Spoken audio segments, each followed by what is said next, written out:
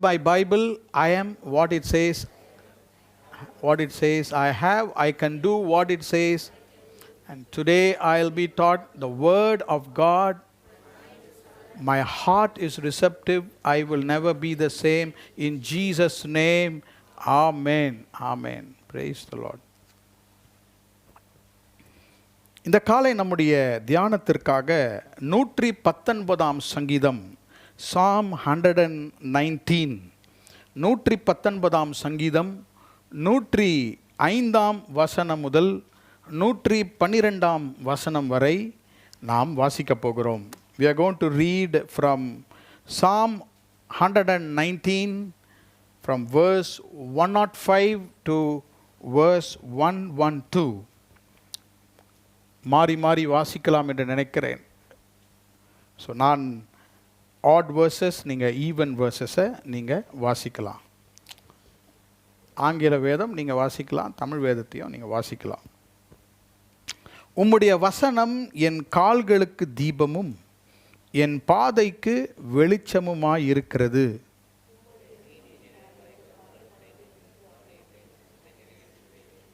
நான் மிகவும் உபத்திரவப்படுகிறேன். கர்த்தாவே, உம்முடைய வசனத்தின்படியே என்னை உயிர்ப்பியும்.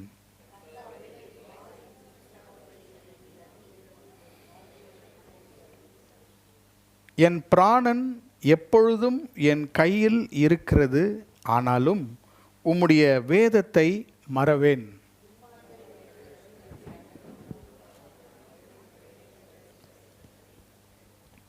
உம்முடைய சாட்சிகளை நித்திய சுதந்திரமாக்கி கொண்டிருக்கிறேன். அவைகளே என் இருதயத்தின் மகிழ்ச்சி.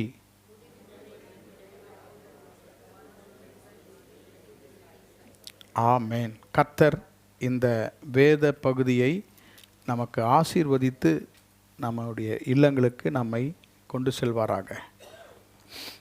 வேத புத்தகத்திலே இருக்கும் நீண்ட அதிகாரம் 119 சங்கீதம். The longest chapter in the whole Bible is Psalm 119. இந்த சங்கீதத்திலே நமக்கு தெரிந்தபடி 176 வசனங்கள் இந்த சங்கீதத்திலே இருக்கின்றன. 19 சங்கீதத்தை நீங்கள் மனப்பாடம் செய்யலாம். கர்த்தர் நல்லவர்.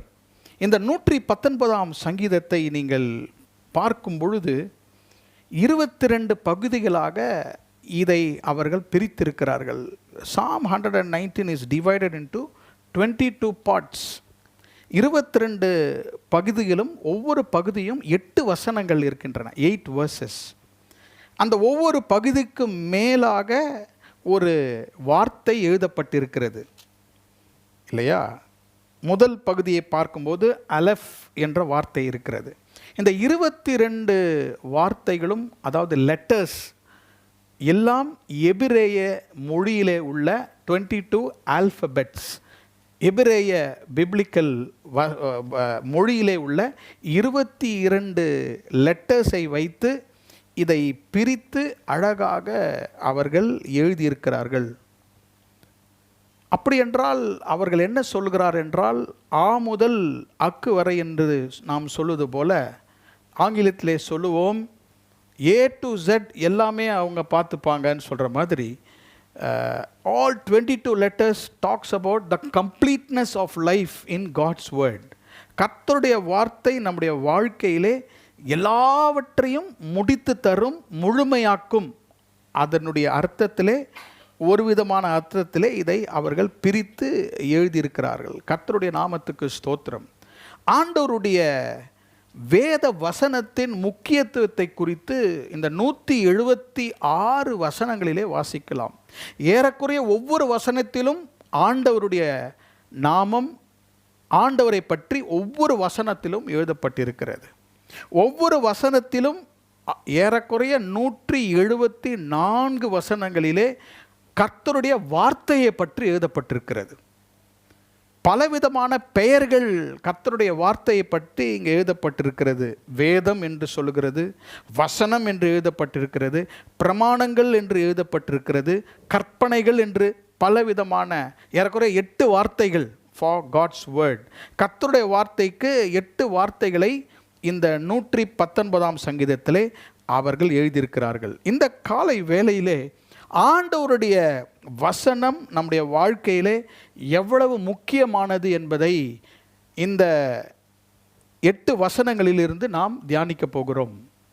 அன்றைய தினத்தில் அவர்கள் சொல்லுவார்கள், இங்கிலாந்து தேசத்தில் 2 பெரிய புத்தகங்கள் இருந்தது. There were 2 great books in England.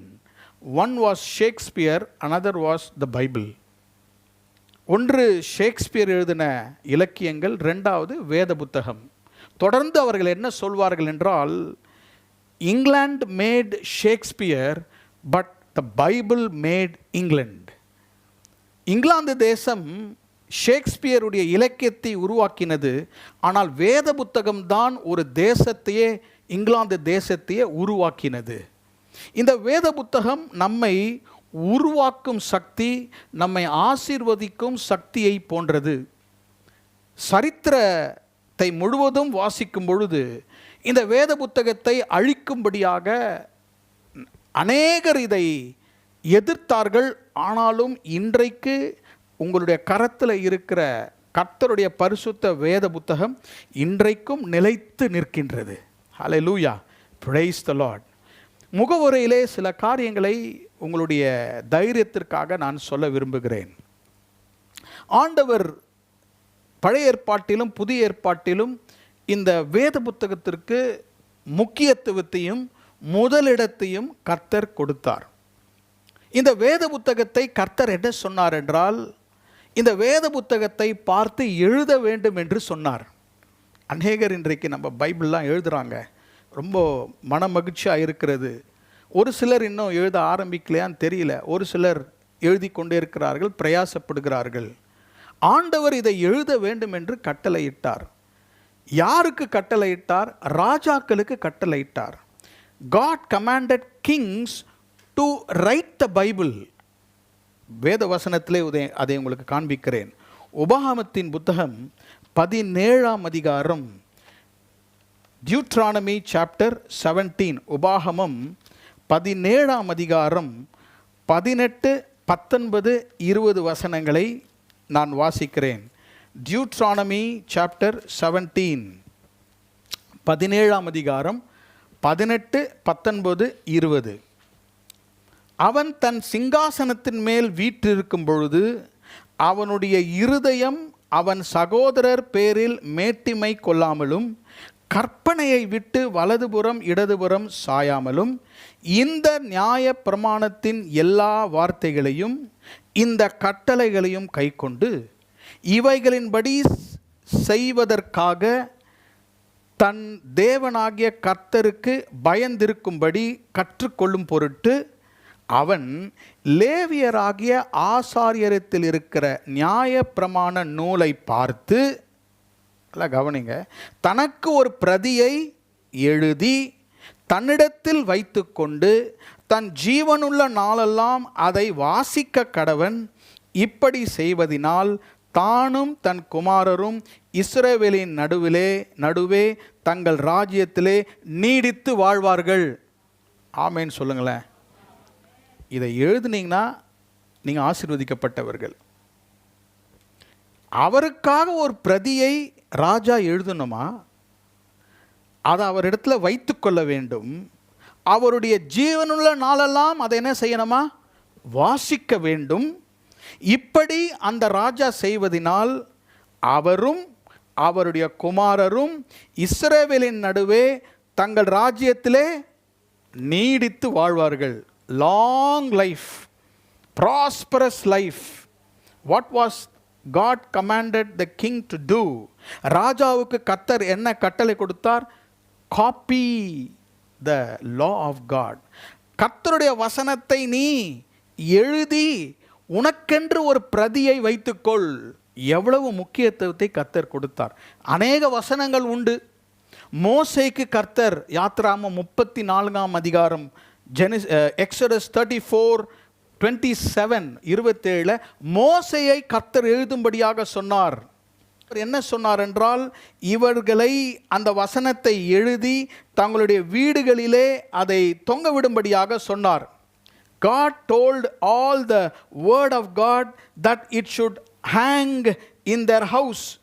நாம் எழுந்திருக்கும் பொழுதும் நம்ம படுத்திருக்கும் பொழுதும் பிள்ளைகளோடு கூட வசனத்தை பேச வேண்டும் என்று ஆண்டவர் அதை சொன்னார். இன்றைக்கு இந்த 119ஆம் சங்கீதத்திலே ஆண்டவருடைய வார்த்தை, காட்ஸ் வேர்ட் எவ்வளவு விலையேற பெற்றது, இந்த வசனம் நமக்கு எவ்வளவு தேவை என்பதை ஒரு மனிதனுக்கு முழுமையாக இதை எழுதின சங்கீதக்காரன் எழுதி வைத்திருக்கிறார். Let's come to Psalm 119 verse 105 to 112. 105ஆம் வசனம் முதல் 112ஆம் வசனத்தை நாம் வாசித்தோம். இந்த 8 வசனங்களை 3ஆக பிரித்து இன்றைக்கு நாம் இதை படிக்கலாம். We can divide this 8 verses into 3 parts and meditate. ஆண்டவருடைய வசனம் நமக்கு என்ன ஆசீர்வாதத்தை தருகிறது, கர்த்தருடைய நியாயங்கள், கர்த்தருடைய வேதம், கர்த்தருடைய கட்டளைகள், கர்த்தருடைய பிரமாணங்கள் நமக்கு எந்த ஆசீர்வாதங்களை கொடுக்கிறது. முதலாவதாக 105ஆம் வசனம் முதல் 108ஆம் வசனம், 105 to 108. The word of God guides us. கர்த்தருடைய வசனம் நம்மை வழி நடத்துகிறது. 109ஆம் வசனம், 110ஆம் வசனம். The word of God guards us. கர்த்தருடைய வசனம் நம்மை காக்கின்றது. 111ஆம் வசனமும் 112ஆம் வசனமும், verse 111 and verse 112. The word of God gladdens us. கர்த்தருடைய வார்த்தை நம்மை மகிழ்விக்கிறது. The word of God guides us, the word of God guards us, and the word of God gladdens us. கர்த்தருடைய வசனம் நம்மை வழி நடத்துகிறது, கர்த்தருடைய வசனம் நம்மை காக்கிறது, கர்த்தருடைய வசனம் நம்மை மகிழ்விக்கிறது. இந்த 3 வார்த்தைகளும் நான் உங்களுக்கு சொல்லுகிறேன். வழி நடத்துகிறது, 2வது நம்மை காக்கின்றது, 3வது நம்மை மகிழ்ச்சியாக வைக்கிறது என்பது நிறைய இது நமக்கு நன்றாக தெரியும் என்று நினைக்கலாம். ஆனால் இந்த பகுதியில் what does the psalmist tell us?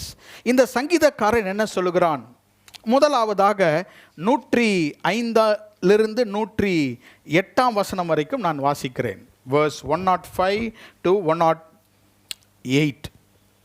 உம்முடைய வசனம் என் கால்களுக்கு தீபமும் என் பாதைக்கு வெளிச்சமுமாய் இருக்கிறது. உம்முடைய நீதி நியாயங்களை காத்து நடப்பேன் என்று ஆணையிட்டேன், அதை நிறைவேற்றுவேன். நான் மிகவும் உபத்திரப்படுகிறேன் கர்த்தாவே, உம்முடைய வசனத்தின்படியே என்னை உயிர்ப்பியும். கர்த்தாவே, என் வாயின் உற்சாக பலிகளை நீர் அங்கீகரித்து உமது நியாயங்களை எனக்கு போதித்தருளும். இந்த 4 வசனங்களிலும் ஒரு சில வார்த்தைகளை பார்க்கும் பொழுது ஆண்டவருடைய வார்த்தை நம்மை எப்படி வழி நடத்துகிறது என்பதை அறிந்து கொள்ளலாம். How do I say that God's word guides us? 105ஆம் வசனம், என் பாதைக்கு என்ற வார்த்தை பார், என் பாதைக்கு. 106ஆம் வசனத்திலே நடப்பேன். 107ஆம் வசனத்திலே என்னை உயிர்ப்பியும். 108ஆம் வசனத்திலே போதித்தருளும். பாதை, ஆண்டவர் பாதையிலே நான் நடப்பேன், அவருடைய வசனத்தின்படி என்னை உயிர்ப்பியும். 108ஆம் வசனத்தில் என்னை போதித்தருளும். இந்த வார்த்தைகளை பார்க்கும்பொழுது it denotes the guidance of God. ஆண்டவர் தம்முடைய வார்த்தையினால் நம்மை வழி நடத்துகிறார். இன்றைக்கு நம்முடைய இருதயத்தில் ஒரு சில கேள்விகள் இருக்கலாம், நிறைய கேள்விக்குறிகள் இருக்கும். இந்த பிரச்சனை குறித்து நான் என்ன செய்ய போகிறேன், என் எதிர்காலம் எப்படி இருக்க போகிறது, இந்த பிரச்சனையை நான் எப்படி how am I going to solve this problem, எப்படி how என்ற வார்த்தைகள், எனக்கு இதில் ஒரு வழி நடத்துதல் வேண்டும் என்று நம்முடைய இருதயத்திலே நாம் ஒரு கேள்வியோடு இருந்தால், இன்றைக்கு இந்த 105 முதல் 108 வசனங்களை பார்க்கும் பொழுது கர்த்தருடைய வசனம், கர்த்தருடைய வார்த்தை, கர்த்தருடைய வேதம் ஒரு கர்த்தருடைய பிள்ளையை வழி நடத்தி அதில் நடக்க செய்ய வல்லமையுள்ளதாக இருக்கிறது. ஹல்லேலூயா. நமக்கும் வேதத்தை படிக்காதவர்களுக்கும் உள்ள வித்தியாசம் என்னவென்றால், they don't have guidance but we have guidance. அநேகருக்கு பாருங்க வழி நடத்துதல் இல்லை. அநேகருக்கு பாருங்கள் என்ன செய்ய வேண்டும் என்று குழம்பி போவார்கள். கர்த்தருடைய வார்த்தையை கர்த்தர் உங்கள் கையில் ஏன் கொடுத்திருக்கிறார்? உங்களை வழி நடத்துவதற்காக. To guide you. நீங்கள் யார்கிட்டையும் கேட்க அவசியமில்லை. நம்முடைய மனதையே கேட்க அவசியமில்லை. வசனத்தை வாசிக்கிற ஒரு மனிதன் அழகாக நடத்தப்படுவான். தத்தளிக்கிற குழப்பத்தில் இருக்கிற ஒருவனை பார்க்கும் பொழுது அவன் வேதத்தை சரியாக வாசிக்கவில்லை. வேதத்தை வாசித்து, வசனத்தை வாசித்து, கர்த்தர் சொல்லுகிற நியாயங்களை தியானித்து ஒவ்வொரு நாளும் நடக்கிற மனுஷன் அழகாக கர்த்தருடைய வார்த்தையால் நடத்தப்படுவான். இன்றைக்கு இந்த சத்தியத்தை உங்களுடைய இருதயத்திலே நான் பதிக்க விரும்புகிறேன். கர்த்தருடைய வார்த்தை உங்களை நடத்தும். God's word will guide you. இந்த 4 வசனங்களிலே நான் இதை படிக்கும் பொழுது எப்படி நம்மை எந்தெந்த பகுதியிலே கர்த்தருடைய வார்த்தை நம்மை நடத்தும், இந்த வார்த்தை நம்மை எப்படி நடத்துகிறது என்பதை சில உதாரணை கொண்டு உங்களுக்கு நான் விளக்கி சொல்ல விரும்புகிறேன். முதலாவதாக, God's word guides us in our walk. நம்முடைய நடக்கையிலே கர்த்தருடைய வார்த்தை நம்மை நடத்துகிறது, வழி நடத்துகிறது. இரண்டாவது, God's word guides in our weakness. நம்முடைய பலவீனங்களிலே கர்த்தருடைய வார்த்தை நம்மை நடத்துகிறது. மூன்றாவதாக, இந்த பகுதியிலே God's word guides us in our worship. கர்த்தரை ஆராதிப்பதிலே கர்த்தருடைய வார்த்தை நம்மை நடத்துகிறது. ஆண்டவருடைய வார்த்தை நம்முடைய வாழ்க்கையிலே நடத்துகிறது என்றால், நம்முடைய நடக்கையிலே, நம்முடைய பலவீனங்களிலே, நம்முடைய ஆராதனை விஷயத்திலே கர்த்தருடைய வார்த்தை நம்மை போதித்து நடத்துகிறது. ஒரு மனிதனுடைய வாழ்க்கையிலே இந்த 3 காரியங்கள் மிக மிக முக்கியமானவை. முதலாவதாக அவனுடைய நடக்கை, the walk that he takes every day. இரண்டாவதாக, the weaknesses in his life, அவனுடைய வாழ்க்கையிலே வரும் அவ்வப்போது வரும் பலவீனங்கள். மூன்றாவதாக, அவனுடைய வாழ்க்கையினுடைய ஆவிக்குரிய காரியம், ஆராதனையுடைய காரியங்கள். இந்த 3 காரியத்திலும் கர்த்தருடைய வார்த்தை ஒரு மனிதனை திட்டம் தெளிவாக கர்த்தர் அவனை நடத்துகிறார். வாசிக்கிறேன் 105ஆம் வசனம். Let me read verse 105. உம்முடைய வசனம் என் கால்களுக்கு தீபம், என் பாதைக்கு வெளிச்சமாக இருக்கிறது. Your word is a lamp unto my feet and a light unto my path. 2 விஷயங்கள் இங்கே இருக்கிறது. ஒன்று அவருடைய வசனம், இரண்டாவது அவருடைய வெளிச்சம். 2 காரியங்கள் சங்கீதக்காரன் எப்படி அவருடைய டெய்லி வாக், அவருடைய நடக்கையிலே கர்த்தர் நடத்துகிறார். அவருடைய வசனம் பாருங்க, அவனுடைய பாதையிலே வெளிச்சமாக இருக்கிறது. நம்முடைய பாதை ஒரு நாள் இருளிலே நடக்கும் பொழுது, அந்த பாதையிலே வெளிச்சம் இருக்கும் பொழுது ஜென்ரலாக அந்த வழி முழுவதும் வெளிச்சமாக இருக்கும். நாம் இடறுவதில்லை, நாம் நன்றாக போகலாம். பொதுவாக ஒரு பாதையிலே வெளிச்சம் என்று சொல்லும் பொழுது அது டைரக்ஷனை குறிக்கிறது. இந்த வழியிலே செல்ல வேண்டும். ரொம்ப ஆழமான கிராமங்களுக்கு நம்ம போகும் பொழுது பாதை தெரியாமல் இருக்கும். ஒரு பாதையிலே நடந்து கொண்டே போக இருப்போம், இன்னொரு டைரக்ஷன் எங்கே போகுதுன்னு தெரியாது. அப்போ என்ன செய்யணும்? லைட் அடிக்க வேண்டும். ஒரு நல்ல ஒரு வெளிச்சம் அடிக்கும் பொழுது என்ன தெரியும்? பாதை தெரியும், திசை நமக்கு தெரியும். ஆண்டவருடைய வார்த்தை முதலாவதாக என்ன செய்கிறது என்றால், கர்த்தருடைய பிள்ளைகளுக்கு அவர்களுடைய பாதையிலே வெளிச்சத்தை காட்டுகிறது. ரெண்டாவது என்ன செய்கிறது என்றால், உங்களுடைய கால்களுக்கு தீபமாக இருக்கிறதாம். Lamp to your feet. பாதையிலே வெளிச்சம் என்பது பொதுவான காரியம், எல்லாருக்கும் வெளிச்சமாக இருக்கிறது. அந்த பாதையில் வருகிற எல்லாருக்கும் வெளிச்சம். அந்த பாதையில் அநேகர் நடந்து போவார்கள். ஆனால் ஒவ்வொரு தனிநபருக்கும் அவங்க கால்கள் இடராதபடி அவங்க எவ்வளோ ஸ்பீடாக போக வேண்டும், எங்கு நிற்க வேண்டும், எங்கு இடரல் அடியாமல் போக வேண்டும் என்பதற்கு என்ன தேவை என்றால் அவர்களுக்கு தீபம் தேவை. பாதையிலே வெளிச்சம் இருக்கிறது, ஆனால் அந்த பாதையில் எங்கே பள்ளங்கள் இருக்கிறது, அந்த பாதையில் எங்கே முள் இருக்கிறது, அந்த பாதையிலே எங்கே நிற்க வேண்டும் என்பதை எது சொல்லுகிற என்றால் ஒவ்வொரு தனி மனிதனுக்கும் வித்தியாசப்பட்ட விதத்திலே ஒரு தீபம் அவசியம். அப்படி என்றால் கர்த்தருடைய வசனம் ஒரு மனிதனுக்குள்ளாக இருக்கும்பொழுது ஆண்டவர் அவனுடைய நடக்கையை கர்த்தர் உறுதிப்படுத்துகிறார். எந்த நேரத்தில் அவருக்கு நாம் என்ன செய்ய வேண்டும், ஆண்டவர் அப்படியாக தான் அவருடைய வார்த்தையை கொண்டு நம்மோடு கூட பேசிக்கொண்டே இருப்பார். விளங்குதுன்னு நினைக்கிறேன். ஒரு உதாரணத்தை உங்களுக்கு தருகிறேன். ஆண்டவருடைய வார்த்தை ஆபிரகாமுக்கு வந்தது. ஆபிரகாமுக்கு கர்த்தர் அவருடைய பாதையிலே வெளிச்சமாயிருந்தார். ஆபிரகாமுடைய கால்களுக்கு கர்த்தருடைய வார்த்தை தீபமாயிருந்தது. God spoke to him. ஆண்டவர் ஆபிரகாமிட்டு பேசினார். ஆதியாகமம் 12ஆம் அதிகாரத்திலே ஆபிரகாமை அழைக்கிறார். அழைத்து அடுத்த நாளிலே ஈசாக்கை எனக்கு ஒப்புக்கொடு என்று சொல்லவில்லை. முதலாவதாக கர்த்தர் என்ன சொன்னார், உன் பிதாவின் வீட்டை விட்டு நீ பிரித்தெடுத்து வா. கொஞ்ச நாட்கள் அவன் பாதையிலே நடக்கும்பொழுது திடீரென்று கர்த்தருடைய வார்த்தை தீபமாக வந்தது. அவ்வப்போது கர்த்தர் அவனுக்கு அந்தந்த நேரத்திலே கர்த்தருடைய வார்த்தை தீபத்தை போல, வெளிச்சத்தை போல அவன் எப்படி கீழ்ப்படிய வேண்டும், எப்படி நடக்க வேண்டும் என்று கர்த்தருடைய வார்த்தை அவனை நடத்தினது. ஆமென்.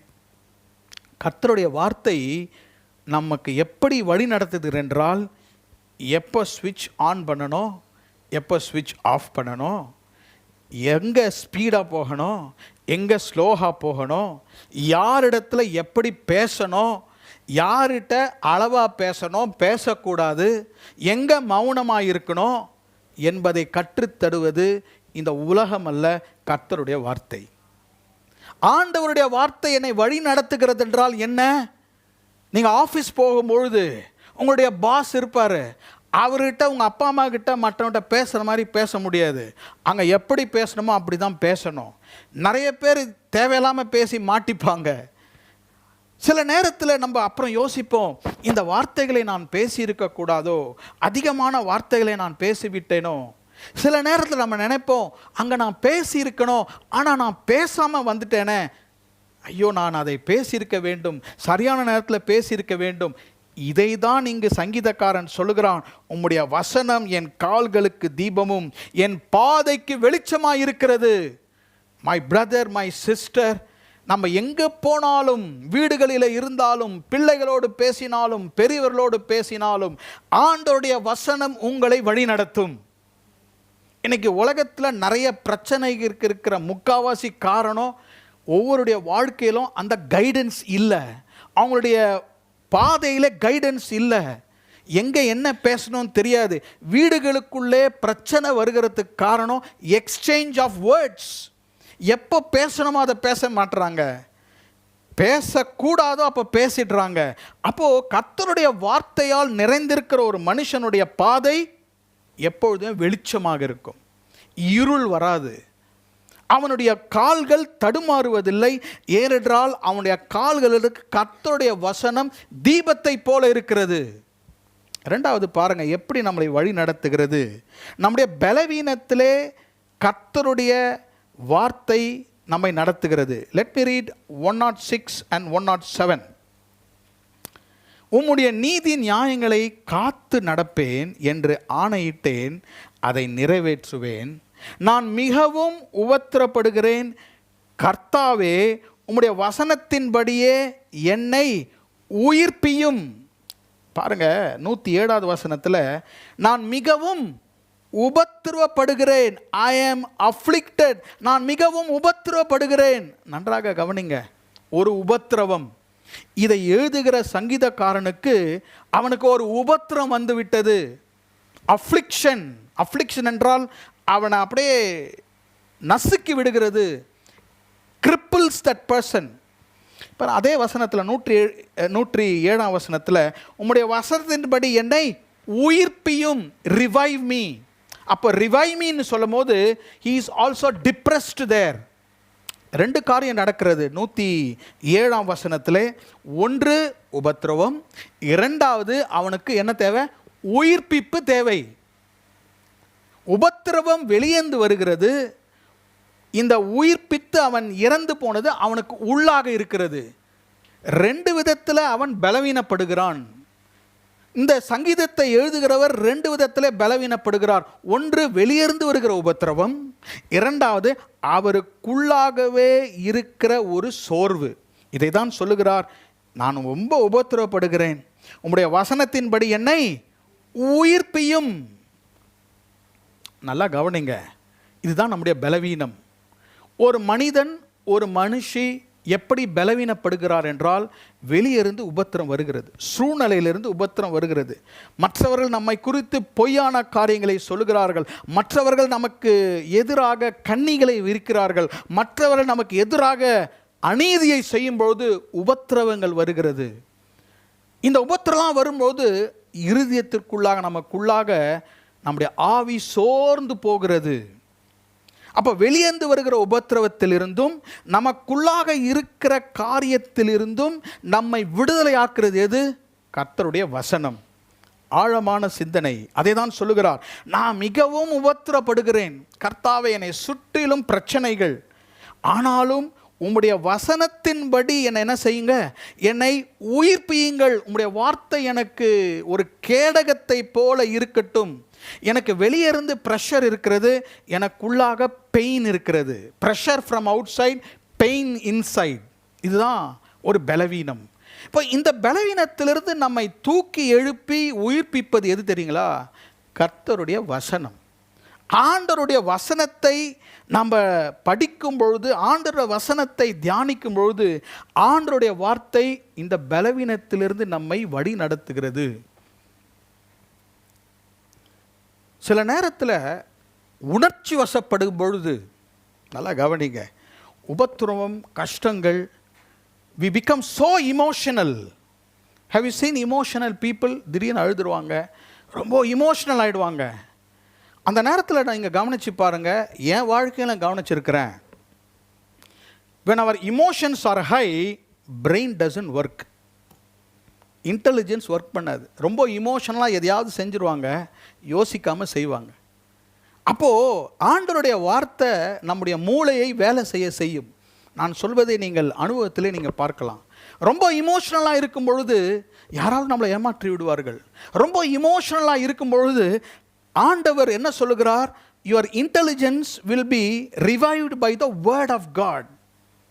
ஆண்டவருடைய வார்த்தை நம்முடைய பலவீனங்கள் மத்தியிலே, ரொம்ப இமோஷனலாக நம்ம டவுனாக இருக்கும்பொழுது, உணர்ச்சி வசப்பட்டு நம்ம சோர்ந்து போகும்பொழுது, ஆண்டவருடைய வசனங்கள், அவருடைய நீதி நியாயங்கள், அவருடைய வசனம் நம்மை உயிர்ப்பித்து நம்மை நடத்தும். 3வது 108ஆம் வசனம், கர்த்தாவே என் வாயின் உற்சாக பலிகளை நீர் அங்கீகரித்து உமது நியாயங்களை எனக்கு போதித்தருளும். பாருங்க, 108ஆம் வசனத்திலே the psalmist is talking about a free will offering. உற்சாக பலிகள். உற்சாக பலிகள் என்றால் ஆராதனை, worship. என்னுடைய ஆராதனையிலும் கர்த்தாவே உம்முடைய வசனம் என்னை வழி நடத்தட்டும். முதலாவதாக நடக்கையிலே உம்முடைய வசனம் என்னை நடத்தட்டும். 2வது நான் பலவீனப்படும் பொழுதும் உம்முடைய வசனம் என்னை வழி நடத்தட்டும். 3வதாக என் வாயின் உற்சாக பலிகளை நீர் அங்கீகரித்து உமது நியாயங்களை எனக்கு போதித்தருளும். அப்படின்னா என்ன சொல்லுகிறார்? What does the psalmist say? நீங்கள் லேவியராகவும் 1ஆம் அதிகாரத்திலிருந்து நீங்கள் வாசிக்கும் பொழுது உற்சாக பலிகளை குறித்து வாசிக்கலாம். Voluntary offerings. உற்சாகத்தோடு கர்த்தருக்கு அவங்க ஆடு மாடுகள் எல்லாவற்றையும் கொண்டு வந்து கர்த்தருக்கு பலி செலுத்துவார்கள். ஆண்டவருக்கு கொண்டு வந்து செலுத்தும் பொழுது அங்கே இருந்த ஒரு ஆசாரியன் வந்து கர்த்தருடைய வார்த்தையை பேசி அதை அங்கீகரிப்பான். அப்போ அவங்க கொண்டு வர காணிக்கை, அவங்க கொண்டு வருகிற ஆராதனையை, உற்சாக பலிகளை அங்கீகரிப்பது ஒரு ஆசாரியன். இங்கே என்ன சொல்லுகிறார்? கர்த்தாவே என்கிட்ட ஆடு மாடு இல்லை, என்கிட்ட பெரிய பலிகள் இல்லை, என்கிட்ட இருக்கிற உற்சாக பலிகள் என்ன? என் வாயின் வார்த்தைகள். என் வாயின் உற்சாக பலிகளை நீர் தான் அங்கீகரிக்கணும். நான் சொல்லுகிற சாட்சி, நான் ஏறெடுக்கிற ஸ்தோத்திரங்களை நீர் எனக்கு அங்கீகரித்து உம்முடைய நியாயங்களை எனக்கு போதித்தருளும்.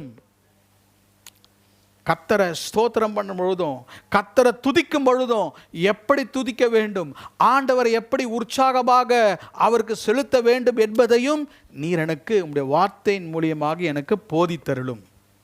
இந்த 3 கைடன்ஸ் நமக்கு ரொம்ப ரொம்ப முக்கியமானது. ஒன்று, நம்முடைய நடக்கையிலே, அனுதினமும் நம்முடைய நடக்கையிலே, இன் அவர் வாக். ரெண்டாவது, அவருடைய வழி நடத்துதல் நம்முடைய பலவீனங்களிலே சத்துரு நம்மளை மடங்கடிக்காமல் அந்த பலவீனங்களிலே கர்த்தர் நம்மை எழுப்பி நம்மை நடத்துவதற்கு. மூன்றாவதாக, கர்த்தரை ஆராதிக்கும் பொழுது, கர்த்தரோடு இருக்கும் பொழுது, உற்சாக பலிகளை செலுத்தும் பொழுது ஆண்டவர் வசனம் என்னை நடத்தும்படியாக இந்த சங்கீதக்காரன் அங்கு எழுதுகிறார். அல்லேலூயா. ஆண்டவருடைய வார்த்தை எவ்வளவு முக்கியமானது பாருங்க. ஆண்டவருடைய வார்த்தையை வாசிப்பது, ஆண்டவருடைய வார்த்தையை தியானிப்பது, ஆண்டவருடைய வார்த்தையை நம் இருதயத்தில் வைப்பது நம்மை வழி நடத்தும். It will guide as.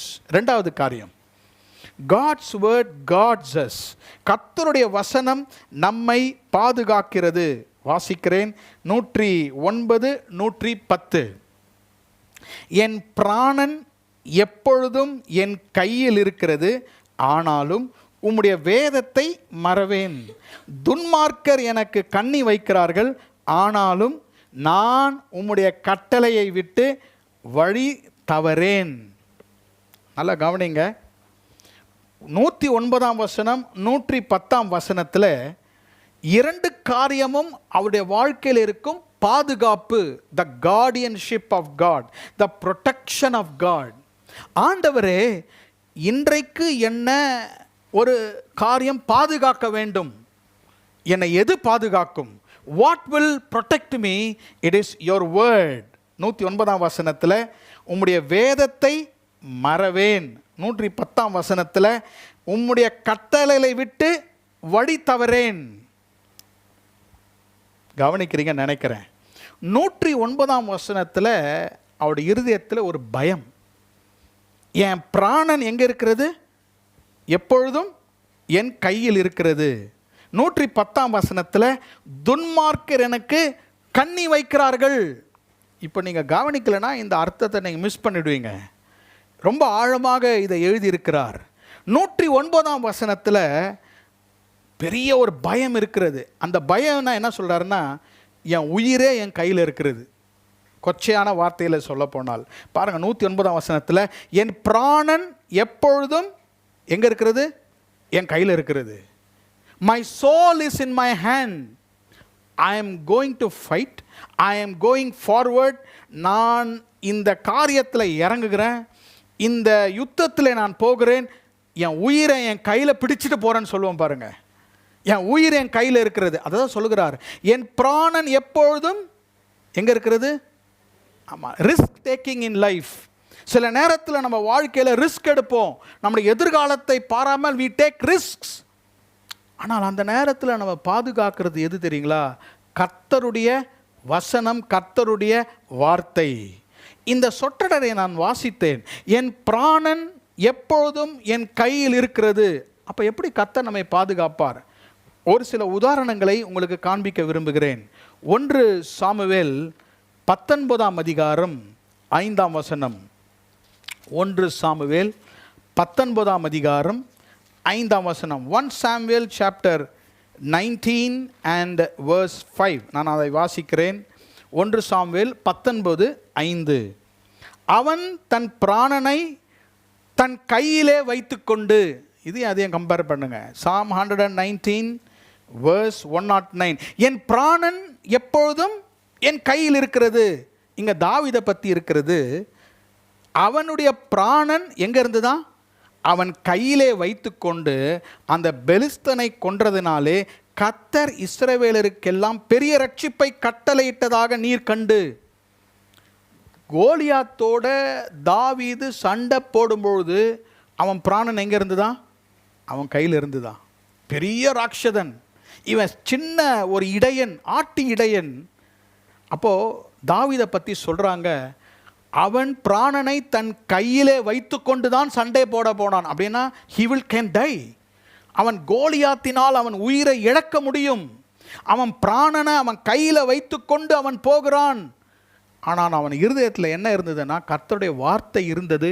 அன்றைக்கு தாவீதை பாதுகாத்தது கர்த்தருடைய வார்த்தை. ஹல்லேலூயா. நியாயாதிபதிகளின் புத்தகம் 12ஆம் அதிகாரம், Judges, the book of Judges chapter 12 and verse 3.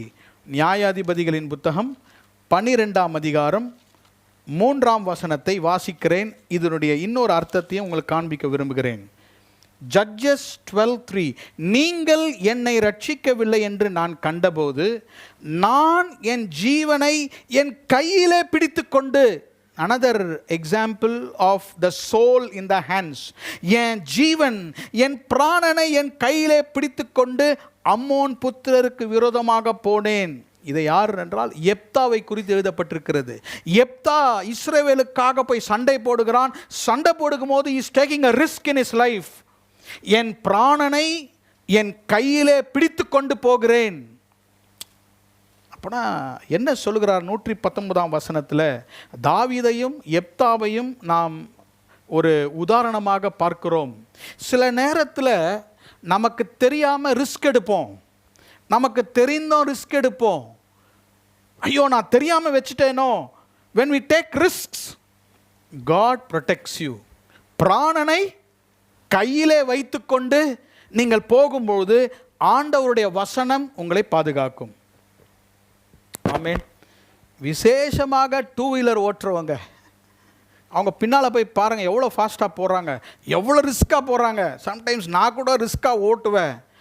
அந்த நிமிஷம் விட்டால் முடிஞ்சுது. அப்போது ஜீவனை கையில் வைத்துக்கொண்டு, பிராணனை கையில் வைத்துக்கொண்டு நம்முடைய வாழ்க்கையிலே ஒரு ஆபத்தை எடுக்கும் பொழுது ஆண்டவருடைய வார்த்தை உங்களை பாதுகாக்கிறது.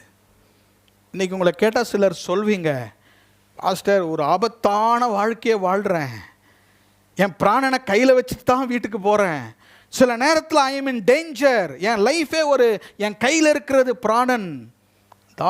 தாவீதோடு கூட நீங்கள் சேர்ந்து சொல்லணும், என் ஆத்துமா என்னுடைய கரத்தில் இருக்கிறது, என் பிராணன் என் கையில் இருக்கிறது, ஆனாலும் அவருடைய வார்த்தை அவனை பாதுகாத்தது, அவனை இது சாதாரண பாதுகாப்பு இல்லை.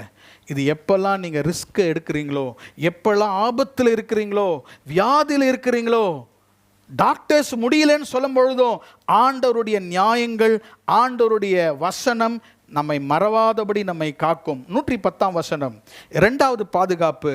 துன்மார்க்கர் எனக்கு கண்ணி வைக்கிறார்கள், ஆனாலும் நான் உம்முடைய கட்டளைகளை விட்டு வழி தவறேன். இப்போ பாதுகாப்பை குறித்து பேசுகிறோம். கர்த்தருடைய வார்த்தை எப்படி நம்மை பாதுகாக்கிறது? முதலாவதாக கர்த்தருடைய வார்த்தை நம்முடைய பயங்களை நம்முடைய இருதயத்திலே அமைதிப்படுத்துகிறது. அதான் பிராணன் கையில் இருக்கும்போது பயம் இருக்கும், அந்த நேரத்தில் பயம்லாம் அமைதிப்படுத்தி விடுவார் ஆண்டவர். காட் ஹஷஸ் அவர் ஃப்ரியர். 2வது பாருங்க, கர்த்தர் துன்மார்க்கரை நமக்கு அவங்க கண்ணி வைக்கும் பொழுது ஆண்டவர் நம்மை பாதுகாக்கிறார். Let me give you one example. ஒரு உதாரணத்தை உங்களுக்கு தர விரும்புகிறேன். 1 சாமுவேலின் புத்தகம் 15ஆம் அதிகாரம், முதலாவதாக 1 சாமுவேல் 17:25 வாசிக்கிறேன். இதெல்லாம் நமக்கு தெரிந்த வசனங்கள். நாம் இதை ஒப்புமையாக வாசிக்கும்போது வசனத்தை நாம் அறிந்து கொள்ளலாம். 1 சாமுவேல் 17ஆம் அதிகாரம் 25ஆம் வசனம். 1 Samuel chapter 17 and verse 25. அந்த நேரத்தில் இஸ்ரவேலர் வந்து நிற்கிற அந்த மனுஷனை கண்டீர்களா? இஸ்ரவேலரை நிந்தித்து வந்து நிற்கிறான். இவனை கொல்லுகிறவன் எவனோ அவனை ராஜா மிகவும் ஐஸ்வர்யவனாக்கி அவனுக்கு தம்முடைய குமாரத்தியை தந்து அவன் தகப்பன் வீட்டாருக்கு இஸ்ரவேலிலே சர்வமானியம் கொடுப்பார் என்றார்கள். யார் கோலியாத்தை கொள்கிறார்களோ அவர்களுக்கு இந்த ரிவார்டு கொடுக்கப்படும். என்ன ரிவார்டு? அதை ஒரே ஒரு ரிவார்டை நான் சொல்ல விரும்புகிறேன். ராஜா என்ன செய்ய போகிறாரா? தன்னுடைய குமாரத்தியை அவனுக்கு கொடுப்பான். எந்த யங் பர்சன் யாராக இருக்கட்டும் வந்து கோலியாத்தை வீழ்த்துகிறார்களோ அவர்களுக்கு ராஜா என்ன செய்ய போகிறார்? தன்னுடைய குமாரத்தியை கொடுப்பார். அப்போ கோலியாத்தை வீழ்த்தினது யாரு? தாவீது வீழ்த்து விட்டான். அப்போ தாவீதுக்கு ராஜா சொன்ன வார்த்தை என்ன? தன்னுடைய குமாரத்தியை அவனுக்கு கொடுக்க வேண்டும். 1 சாமுவேல் 18ஆம் அதிகாரம், 1 சாமுவேல் சாப்டர் 18, 19 வாசிக்கிறேன். verse 19. சவுலின் குமாரத்தியாகிய மேராப் தாவீதுக்கு கொடுக்கப்படும் காலம் வந்தபோது, இப்போ ராஜா என்ன சொன்னார்? கோலியாத்தை கொன்று வெல்கிறவனுக்கு என் குமாரத்தியை கொடுப்பேன். அப்போ ஃபர்ஸ்ட் டாட்டருடைய பெயர் மீராப். 19ஆம் வசனம். சவுலின் குமாரத்தியாகிய மேராப் தாவீதுக்கு கொடுக்கப்படும் காலம் வந்தபோது அவள் மேகோலாத்தியனாகிய அதரியோளுக்கு மனைவியாக கொடுக்கப்பட்டாள். ஏமாத்திட்டாரா? ஏமாத்திட்டார். 20ஆம் வசனம். சவுலின் குமாரத்தியாகிய மீகால் தாவீதை நேசித்தால் அது சவுலுக்கு அறிவிக்கப்பட்ட போது அது அவனுக்கு மிகவும் சந்தோஷமாயிருந்தது. 21ஆம் வசனம்.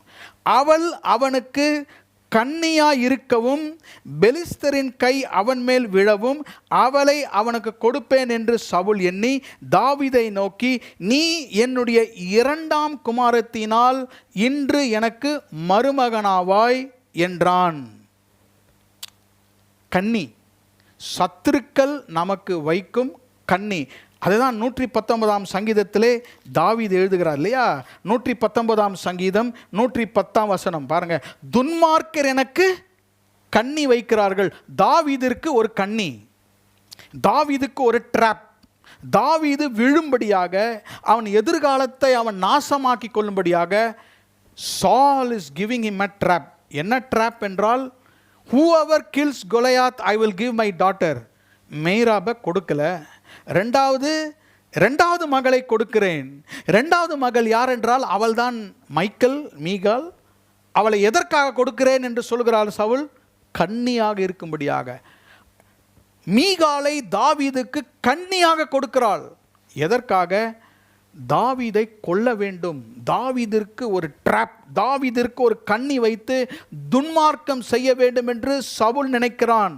அன்பான சகோதர சகோதரிகளே, சில நேரத்தில் நன்மையாக வருகிற காரியங்களே சத்துரு நமக்கு கண்ணியாக வைப்பான். Sometimes good things can be a drop. ஆனால் தாவீதுக்கு இவன் எப்படிப்பட்ட கண்ணிகள் வைத்தாலும், சவுல் துன்மார்க்க மனதோடு கூட எப்படிப்பட்ட கண்ணிகளை வைத்தாலும் கர்த்தர் அவனை பாதுகாத்தார். அதை தான் இங்கே எழுதுகிறார். துன்மார்க்கர் எனக்கு கண்ணி வைத்தார்கள், ஆனாலும் நான் உம்முடைய கட்டளை விட்டு வழி தவறேன். இப்போ இந்த பாதுகாப்பு வித்தியாசமான பாதுகாப்பு. இந்த பாதுகாப்பு ஆக்சிடென்ட்லேருந்து பாதுகாக்கிறதுல, இந்த பாதுகாப்பு மழையிலேருந்து புயல்லேருந்து பாதுகாக்கிறதுல, இந்த பாதுகாப்பு என்னவென்றால், நம்ம அறியாமலே நமக்கு சத்துருக்கள் கண்ணிகளை வைக்கும் பொழுது ஆண்டவர் அந்த கண்ணிகளை நீங்கள் தப்பும்படியாக அவருடைய வார்த்தையினால் உங்களை பாதுகாக்கிறார். எத்தனை பேருக்கு புரியுது? ஹல்லேலூயா. தெரியாமல் போய் கண்ணியில் மாட்டிக்கிட்டீங்கன்னா கர்த்தருடைய வார்த்தை தான் உங்களை பாதுகாக்கணும். இங்கே இருக்கிற யங் பீப்புளுக்கு சொல்கிறேன், எல்லாம் சில்ட்ரனுக்கு சொல்கிறேன், உங்கள் எதிர்கால லைஃப் பார்ட்னரை பற்றி சொல்கிறேன். ஜாக்கிரதையாக இருங்கள். கர்த்தருடைய வசனத்தை தியானியுங்கள். ஆண்டவர் உங்களை சத்துருடைய கண்ணிகளுக்கு உங்களை பாதுகாப்பார். நம்முடைய குடும்பத்தில் இருக்கிற பிள்ளைகள், வாலிப பிள்ளைகளுடைய எதிர்காலத்தை சீர்குலைய வைக்கும் என்று சத்துரு தேடிக்கொண்டிருக்கிறான். கண்ணியை கொண்டு வருவான். ட்ராப்னா எப்படி இருக்கும்? நல்லா இருக்கும், பார்க்குறதுக்கு நல்லா இருக்கும். நிறைய சிங்கங்களுக்கு ட்ராப் வைப்பாங்க, அனிமல்ஸ்க்கு ட்ராப் வைப்பாங்க. ஆனால் கிட்ட போய் விழுந்தால் தான் தெரியும், ஐயோ நான் கண்ணியிலே மாட்டிக்கொண்டேன். தாவீதுக்கு கண்ணி வந்தாலும் ஆண்டவருடைய கட்டளையை அவன் மறவாமல் இருந்தபடியால் ஆண்டவர் வார்த்தைகள் அவனை பாதுகாத்தது. பயத்திலிருந்து அவனை பாதுகாத்தது, சத்துருக்களிலிருந்து பாதுகாத்தது. From the fear and the foe. இதுதான் 2வது ஆசீர்வாதம். 109 110 வசனத்திலே ஆண்டவருடைய வசனங்கள், ஆண்டவருடைய வார்த்தை நம்மை பாதுகாக்கும். ஆமென். கடைசியாக 111 112 வசனம். உம்முடைய சாட்சிகளை நித்திய சுதந்திரமாக்கி கொண்டிருக்கிறேன். அவைகளே என் இருதயத்தின் மகிழ்ச்சி. முடிவு பரியந்தம் இடைவிடாமல் உம்முடைய பிரமாணங்களின்படி செய்ய என் இருதயத்தை சாய்த்தேன்.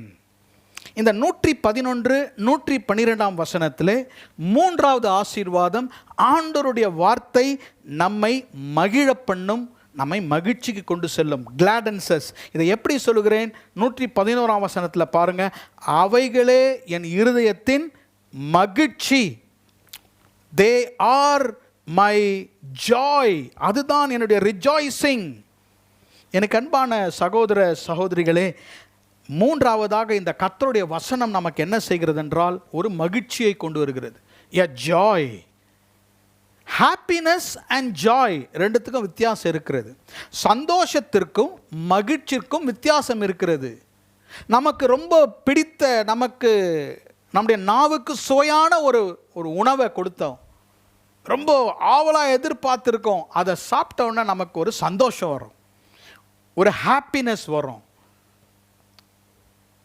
இன்றைக்கி மதியானம் போயிட்டு நமக்கு பிடித்த உணவை ஆர்டர் பண்ணியோ நீங்கள் சமைச்சோ சாப்பிடும் பொழுது ரொம்ப ரொம்ப சந்தோஷமாக இருக்கும், அப்படி தானே? நைட்டு வந்தோன்னே அடுத்த மீலுக்கு போனோன்னா அதை மறந்துடுவோம். அப்போ அந்த சந்தோஷம் டெம்பரரியாக கொஞ்ச நேரம் தான் இருக்கும்.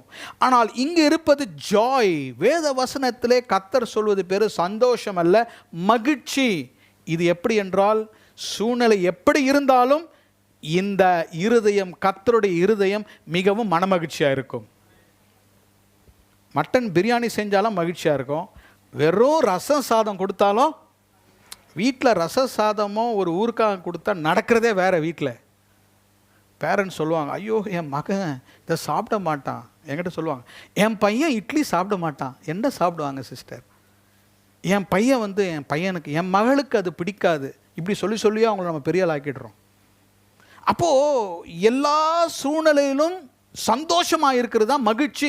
இந்த மகிழ்ச்சி எப்படி வரும் என்றால், கர்த்தருடைய வசனம், ஆண்டவருடைய வசனம் இருதயத்தில் இருக்கும்பொழுது மகிழ்ச்சி வரும். இவர் எப்படி மகிழ்ச்சி கொள்ளுகிறார்? 111 வசனத்தில், உம்முடைய சாட்சிகளை நித்திய சுதந்திரமாக்கி கொண்டேன். That is going to be my lasting treasure. இதுதான் என்னுடைய சுதந்திரம். வீடு, வாசல், பிஸ்னஸ் எனக்கு சுதந்திரம் கிடையாது.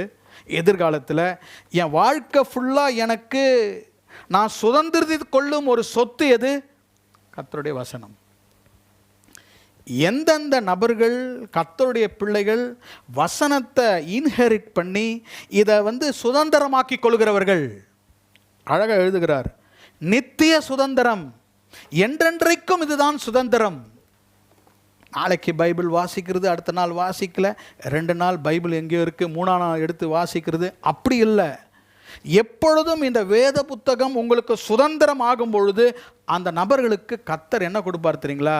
ஹாப்பினஸ் இல்லை, ஜாய். அவங்க மன மகிழ்ச்சியாக இருப்பார்கள். அவங்க முகத்திலே ஒரு மகிழ்ச்சி இருக்கும், அவங்க இருதயத்திலே மகிழ்ச்சி இருக்கும். கர்த்தர் அவர்களுக்கு இந்த மகிழ்ச்சியை கொடுப்பார்.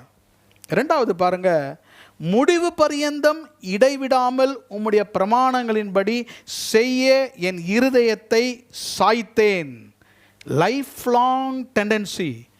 வாழ்க்கை முழுவதும் அவனுடைய இருதயத்தை எதற்கு சாய்த்தார்? கர்த்தருடைய பிரமாணங்களுக்கு என் இருதயத்தை சாய்த்தேன். I inclined my heart towards your word, towards your statutes. ஆண்டவருடைய வசனத்துக்கு உங்களை செவி சாய்க்கும் பொழுது, ஆண்டவருடைய வசனத்தை என்னுடைய நித்திய சுதந்திரம், என்னை விட்டு எதை எடுத்தாலும் சரி கர்த்தருடைய வசனங்கள் தான் எனக்கு நித்திய சுதந்திரம் என்று நீங்கள் சொன்னால், கேரண்டி கிளாட்னஸ், மகிழ்ச்சி நிச்சயம். ஒரே ஒரு உதாரணம், அப்போஸ்தலர் 8ஆம் அதிகாரம் 39ஆம் வசனத்தை வாசிக்கிறேன். Acts chapter 8 and verse 39. அவர்கள் தண்ணீரிலிருந்து கரை ஏறின பொழுது கர்த்தருடைய ஆவியானவர் பிலிப்பை கொண்டு போய்விட்டார். மந்திரி அப்புறம் அவனை காணாமல் சந்தோஷத்தோட தன் வழியா போனான். The Ethiopian eunuch went home so joyful. இந்த 8ஆம் அதிகாரத்தில் நீங்கள் வாசிக்கும் பொழுது ஒரு எத்தியோப்பியா தேசத்திலிருந்து வருகிற ஒரு மந்திரியை பிலிப்பு கண்டு அவர் ரட்சிக்கப்பட்டு அவர் ஞானஸ்தானம் எடுத்து அவர் வீட்டுக்கு செல்கிறார். அவர் எங்கேயோ எகிப்திலிருந்து அவர் பிரயாணமாக வருகிறார். ஆனால் வீட்டுக்கு அவர் செல்லும்பொழுது எப்படி போகிறாரா? மகிழ்ச்சியோடு கூட சந்தோஷத்தோடு கூட தன் வழியே அவன் போனான். இப்போ இந்த அதிகாரத்தை நீங்கள், நமக்கு நேரம் இல்லை, இதை வாசிக்கும் பொழுது 28ஆம் வசனத்தை வாசிக்கிறேன். ஊருக்கு திரும்பி போகும்பொழுது தன் ரதத்திலே உட்கார்ந்து ஏசாயா தீர்க்கதரிசியின் ஆகமத்தை வாசித்து கொண்டிருந்தான். கவனிக்கிறீங்களா? இந்த எத்தியோப்பியன் மந்திரி எருசலேமுக்கு வந்து மறுபடியுமாக வீட்டுக்கு போகிறான். அவனுக்கு பெரிய ரதம் இருக்கிறது. இஸ் அ மினிஸ்டர், பெரிய ஆளவர். அவருடைய ரதத்தில் உட்கார்ந்து கொண்டு போகிறார். ரொம்ப கம்ஃபர்டபுள் கார், டெஸ்லா கார்னு வச்சுப்போம். நல்ல கம்ஃபர்டபுளாக உட்காந்துட்டு போகிறார். அவர் உட்காந்துட்டு போகும்போது பிலிப்பு ஓடி போய் பார்க்கும் பொழுது 28ஆம் வசனம் பாருங்க. அவர் ஊருக்கு திரும்பி போகும்போது தன் ரதத்திலே உட்கார்ந்து ஏசாயா தீர்க்கதரிசியின் ஆகமத்தை டிராவலில் என்ன பண்ணுறாரு? இப்படி பண்ணிட்டே இருப்பாங்க. எத்தனை பார்த்தீங்க பிரதர்? 200 ஷார்ட்ஸ் பார்த்தேன் இன்னைக்கு. 200 நான் சொல்கிறது கம்மி. ஃப்ரீயாக இருக்கும்போது என்ன பண்ணுறீங்க? உட்காந்து ஷார்ட்ஸை பார்த்துட்டு இருக்கிறது, ரீல்ஸ் பார்க்குறது. இந்த மந்திரி என்ன பண்ணி கொண்டிருந்தான்? வேதத்தை வாசித்து கொண்டிருந்தான். சரி, இந்த வேதத்தை வாசிக்கிறானே, என்ன நடக்கிறது? இங்கே பாருங்க 29ஆம் வசனம். நீ போய் அந்த ரதத்துடனே சேர்ந்து கொள் என்று கர்த்தர் சொன்னார். அப்போது பிலிப்பு ஓடி போய் சேர்ந்து அவன் ஏசாயா தீர்க்கதரிசியின் ஆகமத்தை வாசிக்கிறதை கேட்டு, நீ வாசிக்கிறவளை கருத்து உமக்கு தெரியுமா? To you understand what you are reading? 31. அதற்கு அவன், ஒருவன் எனக்கு தெரிவிக்காவிட்டால் அது எனக்கு எப்படி தெரியும் என்று சொல்லி பிலிப்பு ஏறி தன்னுடனே உட்காரும்படி அவனை வேண்டிக் கொண்டான். எத்தியோப்பியன் மந்திரி ஏசாயா ஆகமத்தை வாசிக்கும்போது அவன் வாசிக்கிறது அவனுக்கு ஒன்றும் புரியல. பைபிள் வாசித்தியா தம்பி? ஒன்றும் புரியல. எனக்கு புரிஞ்சாதானே வாசிக்கிறது, இப்படி தான் சொல்லுவாங்க. இவனுக்கு புரியவில்லை. புரியாவிட்டாலும் வேதத்தை வாசிக்கிறான். he is reading the Bible even though he could not understand. புரியாமலும் வாசித்து கொண்டே போகிறான். அவன் பிரயாணம் முழுவதும் வேதத்தை வாசித்து கொண்டே போகிறான். அவன் வீட்டுக்கு செல்லும் பொழுது அவன் எப்படி போனான்? சந்தோஷத்தோடே போனான்.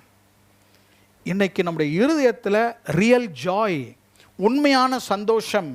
இன்னைக்கு உலகம் அதற்காக தேடிக்கொண்டிருக்கிறது. இன்னைக்கு உலகம் சமாதானத்துக்காக தேடிக்கொண்டிருக்கிறது. ஆண்டவருடைய வசனம், ஆண்டவருடைய சந்தோஷம் எங்கே இருக்கிறது என்றால் வசனத்தை வாசிக்கிறதிலே. ஆமென். கர்த்தருடைய வசனம் ஒரு நபருக்கு மகிழ்ச்சியை கொண்டு வருகிறது, கிளாட்னஸ். இன்னைக்கு எல்லாருக்கும் ஒரு கேள்வி கேட்குறேன். இன்றைக்கு உங்களுடைய வேதத்தை வாசித்தீர்களா? பாஸ்டர் மெசேஜை முடிச்சுட்டு ஜெபம் பண்ணிட்டு போயிட்டே இருங்க, இதெல்லாம் கேட்காதீங்க. ஒரு சந்தர்ப்பத்தை நான் கேட்டேன். நடந்த ஒரு சம்பவம். ஒரு தகப்பன் தாய்க்கு ஒரு சிறிய மகள் இருந்தால், 6 வயது இருந்திருக்கும். திடீரென்று அந்த மகளுக்கு இருதயத்திலே ஒரு கோளாறு, ஹார்ட் ப்ராப்ளம். டாக்டரிடம் சென்றார்கள். மருத்துவர் அதை பார்த்துவிட்டு, இவள் இன்னும் 2 மாதங்கள் தான் வாழ முடியும், இருதயத்திலே ஒரு கோளாறு இருக்கிறது, ஒரே வழி அறுவை சிகிச்சை செய்ய வேண்டும், ஓப்பன் ஹார்ட் சர்ஜரி செய்ய வேண்டும். இதை செய்தால் ஒருவேளை பிழைக்கலாம், நாங்கள் கேரண்டி கொடுக்க முடியாது. இது நடந்த சம்பவம். அந்த தாயும் தகப்பனும் அவங்க கிறிஸ்தவர்கள், அவங்க பேசி, சரி டாக்டர், எங்கள் 6 வயது குழந்தைக்கு ஓப்பன் ஹார்ட் சர்ஜரி பண்ணிடலாம். அவங்க பணம்லாம் கட்டிட்டாங்க. அந்த குழந்தையை ஹாஸ்பிட்டலில் அட்மிட் பண்ணிட்டாங்க. தாய் தகப்பனுக்கு நல்லா தெரியும், இந்த heart wall lot of problems, இந்த குழந்தை பிழைக்க முடியாது, இருந்தாலும் நம்ம பெஸ்ட்டை செய்வோம் அப்படின்னு அட்மிட் பண்ணிட்டாங்க. சில நாட்கள் சில டெஸ்ட் எடுக்க வேண்டும். சில நாட்கள் அந்த குழந்தை அந்த ஹாஸ்பிட்டலில் அட்மிட் பண்ணி வைத்திருந்தார்கள். இதை சொன்ன டாக்டர் ஒரு பெரிய surgeon, heart surgeon, cardiac surgeon, தினந்தோறும் அந்த ரூம் வழியாக நடந்து போவார். அந்த ரூம் வழியாக நடந்து போகும்பொழுது அந்த பிள்ளையோடு கூட தாயும் தகப்பனும் பேசுவதை கேட்டார். அந்த ரூம் வழியாக போய் வரும்பொழுதும், ரவுண்ட்ஸ் போகும்பொழுதும், the mother and the father they were talking to the child. என்ன பேசினாங்க? பாப்பா, நீ பயப்படாத, உன் இருதயத்தில் இயேசு இருக்கிறார், நீ வசனத்தை விசுவாசி, நீ வசனத்தை வாசித்திருக்கிறல, ஆண்டவர் உன்னை சுகமாக்குவார். இதை இந்த பிள்ளைக்கு அவங்க சொல்லிக்கிட்டே இருந்தாங்க. இந்த டாக்டர் போகும்போது வரும்போதெல்லாம் இதை கேட்டுக்கிட்டே இருந்தார்.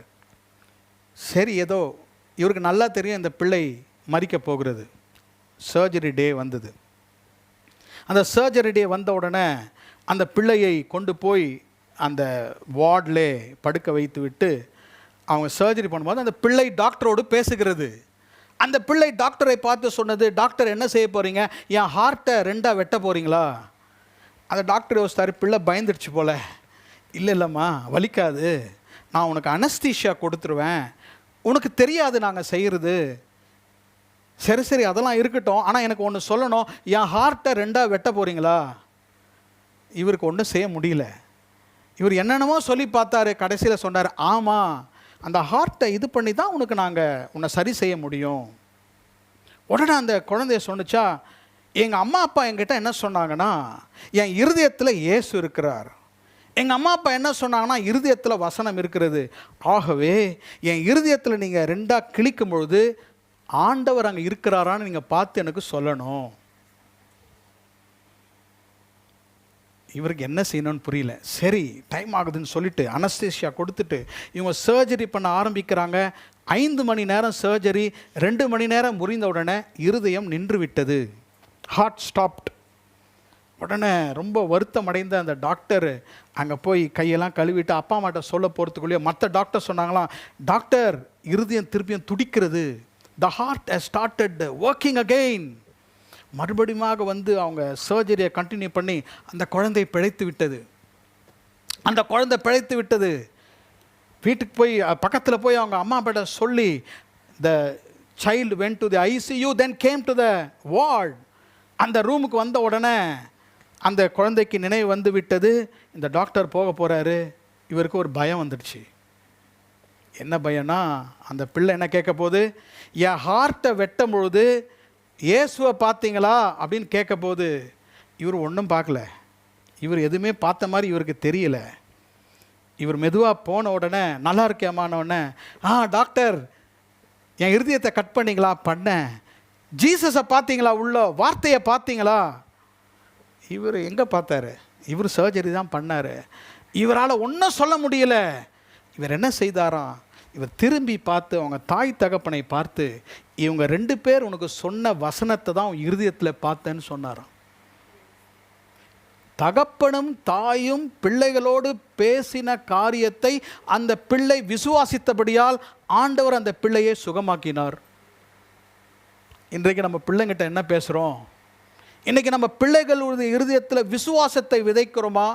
இன்றைக்கு நம்ம பிள்ளைகளுடைய இருதயத்தில் என்ன இருக்கிறது? வசனம் இருக்கிறதா? இல்லை என்றால் இக்கட்டு காலத்தில் நம்ம பிள்ளைகள் தாங்க மாட்டாங்க. இன்றைக்கி ஆண்டவருடைய வசனத்தை நாம் முதலிடமாக கொள்வோம். ஆமேன். இங்கே தாய் தகப்பமார் இருப்பீங்க, பிள்ளைகள் இருப்பீங்க. இன்றைக்கு நான் சொல்லுகிறேன், இந்த வசனத்தை நீங்கள் வாசிங்க. அடிக்கடியாக இதை தான் சொல்லுகிறேன். Please read the word of God. இது போர் அடித்தாலும் புரியலைனாலும் வசனத்தை நீங்கள் வாசிங்க. வீட்டில் வசனத்தை சத்தமாக வாசிங்க. இந்த வசனத்தை எழுதுங்க, வசனத்தை தியானியுங்க, வசனத்தை மனப்பாடம் பண்ணுங்க. நான் சொல்லுகிறேன், உங்களுக்கு எட்டாத உயரத்துக்கு கர்த்தர் உங்களை உயர்த்துவார். ஆமேன். வசனத்தை படிங்க, வசனத்தை நேசிங்க.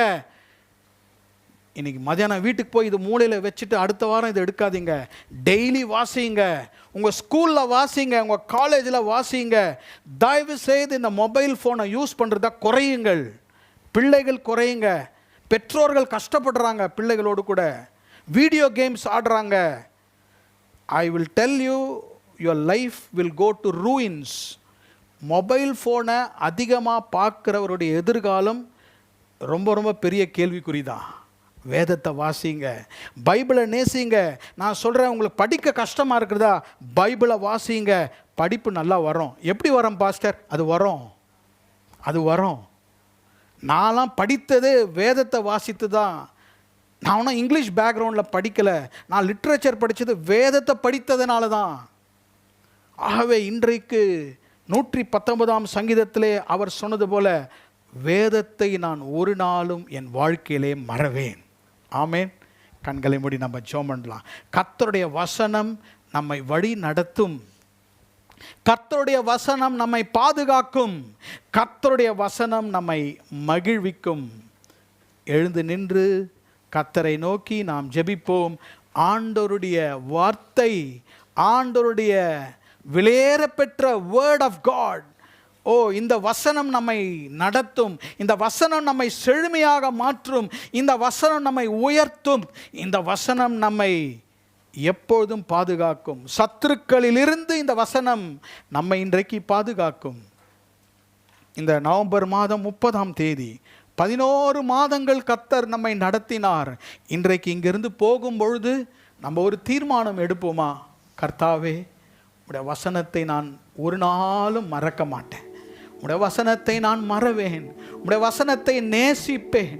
உடைய வசனத்தை வாசிப்பேன். உடைய வசனத்தை தியானம் பண்ணுவேன். உடைய வசனத்தை நான் உயர்த்துவேன். ஆண்டவரே, I want to read your word. I want to write your word. I want to keep the word of God primary in my life. பரிசுத்த ஆவியானவர் ஒவ்வொருவரோடு கூட பேசுவாராக. உங்க பிள்ளைங்க உலக படிப்பு படிக்கலாம், அதிகமாக படிக்கலாம், அது நல்லது தான். ஆனால் வசனம் இல்லைன்னா அவங்க உலகத்தில் அறிவாளிகளாக மாறலாம், ஆனால் கர்த்தருடைய பயத்திலே அவங்க பின்வாங்கி போய் விடுவார்கள். கர்த்தருடைய வார்த்தையை உங்க வீட்டில் மகிமைப்படுத்துங்க. இங்க இருக்கிற தாய் தகப்பன்மார் உங்க பிள்ளைகளோட கூட உட்கார்ந்து பைபிள் வாசிங்க. அவர்களை விட நீங்க நிறைய பைபிள் வாசிங்க. தயவு செய்து நேரத்தை எடுத்து பைபிள் வாசிங்க. வீட்டில் எந்தெந்த வீட்டில் பிள்ளைகளும் பெற்றோரும் வேதத்தை வாசிக்கிறாங்களோ அந்தந்த வீடுகளின் மேல கர்த்தருடைய கண்கள் பார்த்து கொண்டே இருக்கிறது. எந்தெந்த வீடுகளிலே கர்த்தருடைய வசனத்தை நீங்க முன்பாக வைக்கிறீர்களோ அந்த வீட்டிற்குள்ளாக இயேசு வசிக்கிறார், இயேசு வாசம் பண்ணுகிறார். இந்த வேதத்தை கனப்படுத்துகிற உங்களை கர்த்தர் ஆசீர்வதிப்பார். வேதத்தை வாசித்து வேதத்தை கனம் பண்ணுகிற பிள்ளைகள் புத்திசாலிகளாக மாறுவார்கள். ஒரு பிள்ளை, ஒரு ஸ்கூல் ஸ்டூடெண்ட், காலேஜ் ஸ்டூடெண்ட் பைபிளையே படிச்சுட்டு இருக்காங்கன்னா நான் கேரண்டியா சொல்வேன் அவங்க வகுப்புல ஃபர்ஸ்ட் வருவாங்க. ஒரு பிள்ளை படிக்க மாட்டேங்குதுன்னா நான் நல்லா சொல்வேன் பைபிளே படிக்கிறது இல்லை, பெற்றோரும் பைபிள் படிக்கிறது இல்லை.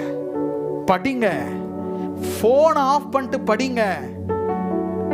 Please reduce screen time. இன்னைக்கு இதெல்லாம் ஒரு கண்ணி மாதிரி ஆயிடுச்சு நமக்கு, ஸ்னேர் ட்ராப். நம்ம நேரத்தை குடிப்பதற்கு இன்னைக்கு சத்துரு நிறைய காரியங்களை கொண்டு வந்திருக்கிறான். என்னுடைய ஜெபம் நம்ம சபையில் இருக்கிற நம்முடைய பிள்ளைகள் எல்லாம் மேலே உயர்த்தப்படணும். அவங்க எதிர்காலங்களிலே கர்த்தர் அவங்கள செட்டில் பண்ணணும். அதுக்கு ஒரே வழி அவங்க வேதத்தை கையில் வைத்து வேதத்தை வாசிப்பது. ஒருவேளை இன்னைக்கு பைபிளை நீங்கள் எழுதுறீங்கன்னா நீங்கள் ரொம்ப ஆசீர்வதிக்கப்பட்டவங்க. இயேசு உங்களை ரொம்ப நேசிக்கிறார். ஏன்னா வேதத்தை நேசிக்கிறவர்கள் பிதாவை நேசிக்கிறார்கள், இயேசுவை நேசிக்கிறார்கள். நான் சொல்லுகிறேன், ஆசீர்வாதம் உங்க பக்கத்தில் இருக்கிறது. ஆசீர்வாதம் உங்கள் கதவை தட்டுகிறது. ஆசீர்வாதம் உங்க பிள்ளைகளின் தலையின் மேல் இருக்கிறது. தயவு செய்து இன்னைக்கு வேதத்தை கனப்படுத்துங்கள். இந்த வேதம் உங்களை ஒரு நாளும் கைவிடாது. கண்களை மூடி நம்ம ஜெபம் பண்ணலாம். கர்த்தாவே, இந்த வேதத்தை நான் ஒரு நாளும் மறவேன். Lord, I want to read your Bible. At least December மாதத்தில் நான் நிறைய பைபிள் படிக்க போறேன். நான் பைபிளை நான் எழுத போறேன். எத்தனை பேர் தீர்மானிக்கிறீங்க? எத்தனை பேர் தீர்மானிக்கிறீங்க? இந்த நவம்பர் மாதம் கடைசி நாள் இதை டெசிஷன் எடுத்துட்டு போங்க. Lord, I will read your Bible. I will read. I will read. I will meditate. நான் தியானிப்பேன், நான் வாசிப்பேன். கையை உயர்த்துவீங்களா? நிறைய வாசிக்க போறேன். நீங்க வாசிக்கல நான் சொல்லல, நீங்களாம் வாசிக்கிறீங்க, ஆனா அதிகமா வாசிங்களேன். புரியலனாலும் வாசிக்கல. கர்த்தர் உங்களை ஆசீர்வதிப்பார். உங்களுக்காக நான் ஜெபம் பண்றேன். பரிசுத்தமுள்ள நல்ல பிதாவே, எங்களுக்கு கொடுத்திருக்கிற அந்த அருமையான வேத புத்தகத்திற்காக ஸ்தோத்திரம். எவ்வளோ தேசத்துல, சீனாலெல்லாம் ஒரு பைபிளை வச்சு 50 பேர் படிக்கிறாங்களாம். எவ்வளோ எதிர்ப்புகள். ஆனால் எங்களுக்கு எவ்வளோ வேத புத்தகத்தை கொடுத்திருக்கிறீர், எவ்வளவோ வார்த்தையை கொடுத்திருக்கிறீர், எங்களோடு கூட இன்றைக்கு பேசியிருக்கிறீர். இன்றைக்கு நாங்கள் எங்களை ஒப்பு கொடுக்கிறோம். we will read your Bible. நாங்கள் வேதத்தை வாசிப்போம். வாலிபன் தன் வழியை எதினால் சுத்தம் பண்ணுவான், உம்முடைய வார்த்தையின்படியே. உமக்கு விரோதமாக நான் பாவம் செய்யாதபடிக்கு உம்முடைய வார்த்தையை என் இருதயத்தை வைத்தேனே. உம்முடைய வார்த்தையை நாங்கள் மறுவேனே. நடு ஜாமங்களிலே என் கண்கள் வார்த்தையை படிக்கும்படியாக தடுத்ததே என்று சங்கீதக்காரன் எழுதுகிறானே. இன்றைய முதல் கர்த்தாவே, சபையாராக நாங்கள் பிலீவர்ஸ் சாப்பல்ல இருக்கிற ஒவ்வொருவரும் கர்த்தாவே, வசனத்தை ஞாபகம் வைத்து வசனத்தை வாசிக்க, காலையில் எழுந்த உடனே வசனத்தை வாசிக்க, படுக்க போகும்போது வசனத்தை வாசிக்க, வசனத்தை பேச, வசனத்தை எங்க வீட்டிலே வைக்க, வேதத்தை கனப்படுத்த எங்களுக்கு கிருபை தாரும். இன்றைக்கு எல்லாரும் ஆசீர்வதியும். வரப்போற நாட்களிலே அதிசயங்களையும் அற்புதங்களையும் நாங்கள் காண, இந்த வேதம் எங்களை வழி நடத்த, இந்த வேதம் எங்களை பாதுகாக்கும்படியாக, இந்த வேதம் எங்களை மனமகிழ்ச்சி உள்ளவனாக மாற்ற எங்களை ஒப்புக் கொடுக்கிறோம். ஒவ்வொருவரையும் ஆசீர்வதியும். இந்த வேதம் எங்களுக்கு ஔஷதம் என்று எழுதப்பட்டிருக்கிறது. இந்த பைபிளை வாசிக்கும் போதே அது எங்களுக்கு மெடிசன் என்று எழுதப்பட்டிருக்கிறது. அநேக வியாதிகள் வசனத்தை வாசிக்கும் போது சுகமாகின்றன என்பதை நாங்கள் வாசித்திருக்கிறோம். ஆமாண்டவரே, இன்றைக்கு எங்களை ஆசீர்வதியும், எங்க சபையை ஆசீர்வதியும், குடும்பங்களை ஆசீர்வதியும். 11 மாதங்கள் எங்களை நடத்தின தேவன் புதிய மாதத்தில் எங்களை நடத்துவீராக. இயேசு கிறிஸ்துவின் நாமத்தில் ஜெபிக்கிறோம் பிதாவே, ஆமென்.